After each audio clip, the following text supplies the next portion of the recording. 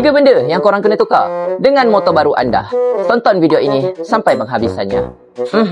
Disclaimer awal, aku suruh tukar bukanlah esoknya tu tukar. Tak adalah macam tu juga. Let lah. Reason why I suruh you tukar, supaya motor you lebih sedap. Lebih orang cakap. Ini dia, minyak hitam. Bukanlah nak cakap minyak hitam tu dia pakai minyak gamat ke apa. Tidak. Cuma sebab minyak tu dah lama sangat dari kilang kan. Penukaran yang kedua, of course, tayar dia. Ramai orang cakap tayar standard tidak berkualiti. Dia bukan tidak berkualiti. Korang jangan salah faham. Cuma tayar ni tak sesuai untuk semua jenis jalan raya yang dekat Malaysia ni. Kat Malaysia ni macam-macam jenis jalan. Jalan tak rata, jalan berpasir, jalan berlubang. Kalau kata korang salah bawa sikit, jalan ke hospital.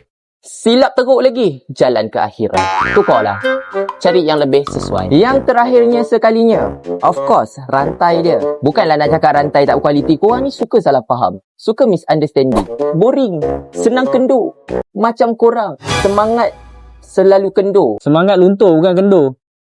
Tapi lebih kurang sama je. If you ask me, as a motorcycle expert, baru semalam korang pakai rantai ber-o-ring, susah kendur, susah berkarat. Tahan lama. Ya betul, tahan lama.